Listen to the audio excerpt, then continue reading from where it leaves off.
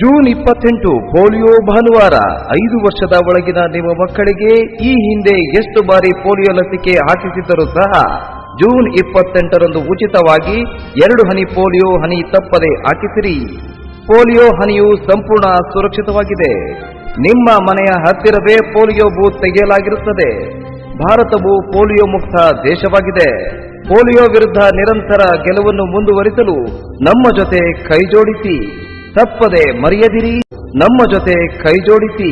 ತಪ್ಪದೆ ಮರೆಯದಿರಿ. June 28 polio ಭಾನುವಾರ. ಎಲ್ಲ 5 ವರ್ಷದ ಒಳಗಿನ ನಿಮ್ಮ ಮಕ್ಕಳಿಗೆ ಪೋಲಿಯೋ ಲಸಿಕೆ ಹಾಕಿಸಿರಿ. ಜೂನ್ 28 ಪೋಲಿಯೋ ಭಾನುವಾರ.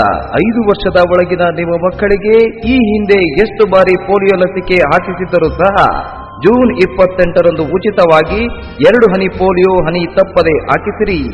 ಪೋಲಿಯೋ ಹನಿಯು ಸಂಪೂರ್ಣ ಸುರಕ್ಷಿತವಾಗಿದೆ.